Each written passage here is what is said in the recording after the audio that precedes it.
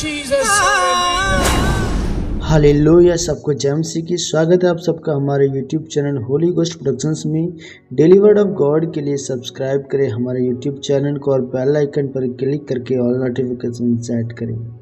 आइए आज हम मेरी भविष्यवाणी की पुस्तक में से आज के पवित्र वचन को पढ़ते हैं जो परमेश्वर की दासी पास्टर सोनिया यूसुफ नरूला जी के द्वारा लिखा गया है। आज का पवित्र वचन, अपनी बुद्धि की कमर कसी। जैसे 1 पतरस अध्याय 1 के 13 वचन में लिखा है, इस कारण अपनी अपनी बुद्धि की कमर बांधकर और सचेत रहकर उस अनुग्रह की पूरी आशा रखो जो यीशु मसीह के प्रकट होने के समय तुम्हें मिलने वाला है। मेरे प्रियो, पतरस ने कहा अपनी बुद्धि की कमर को कस ले, क्योंकि शैतान जब आपके पास आएगा तो वह व्यभिचार, गलत विचारों, गुस्से के विचार, हत्या के विचार के साथ और अविश्वास दिमाग में लाएगा। और अगर आपका दिमाग सच्चाई के साथ कसा हुआ नहीं है तो फिर आप भावुक रीति से चलकर दुख को भोगेंगे। अगर आपके दिमाग में परमेश्वर का वचन नहीं है तो आप बहक जाएंगे। यीशु मसीह और पौलुस ने कहा अपनी कमर कस लो, लेकिन पतरस ने स्पष्ट से बताया कि अपनी बुद्धि की कमर कस लो। इसलिए अपनी सोच को दुनियावी रीति से मत सोचो कि जब परमेश्वर मेरी प्रार्थना सुन रहा है तो परमेश्वर है, अगर वह नहीं सुन रहा है तो परमेश्वर नहीं है। परमेश्वर ने कहा अपनी बुद्धि को अपने आसपास की घटनाओं से नहीं बल्कि अपनी बुद्धि की कमर को सच्चाई से कसे। लूका 12:35 में लिखा है कि तुम्हारी कमरें बंदी रहें और तुम्हारे दिए जलते रहें।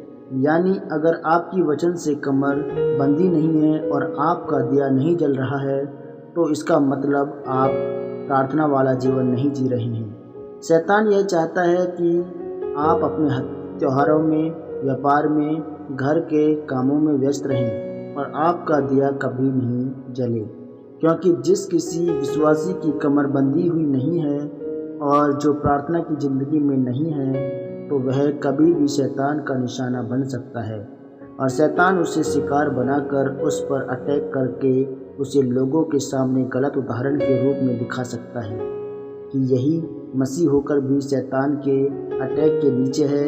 इसलिए बाइबल कहती है कि आपकी कमर बुद्धि के वचन के साथ कसी हुई होनी चाहिए और प्रार्थना वाली जिंदगी चलती रहनी चाहिए।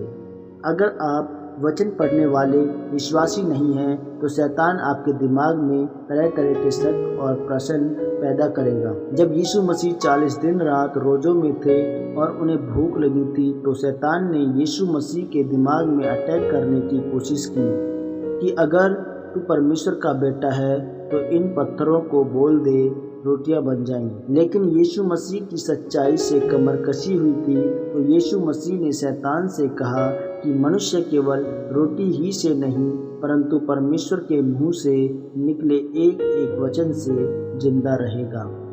इसका मतलब आप रोटी से नहीं वचन से जिंदा रहेंगे। लेकिन वचन आप जब ही बोल पाएंगे जब आप वचन को पढ़ेंगे और सुनेंगे। इसलिए आपको परमेश्वर के वचनों को अपना आधार बनाना होगा और उसे पढ़ना होगा, तब ही आप शैतान के अटैक से बच सकते हैं। इसलिए मेरे प्रियो, अगर आप अपनी ज़िंदगी में आशीषों को लेना चाहते हैं तो अपनी कमर की बुद्धि को कसें, विश्वास में दृढ़ रहें, वचनों और प्रार्थना को अपना आधार बनाएं। तब ही आप शैतान के अटैक से बचेंगे और सुरक्षित रहेंगे। आमीन, आमीन, हालेलुया। यह प्रार्थना आपके द्वारा की जाए। सर्वशक्तिमान परमेश्वर, इस वचन के लिए मैं आपका धन्यवाद करता हूँ और प्रार्थना करता हूँ परमेश्वर, मैं पवित्रताई में चलकर विश्वास में बना रहूँ और आपके वचन के द्वारा मेरी बुद्धि की कमर कसी रहे ताकि मैं आशीषित होने पाऊँ प्रभु यीशु मसीह के सामर्थी नाम में।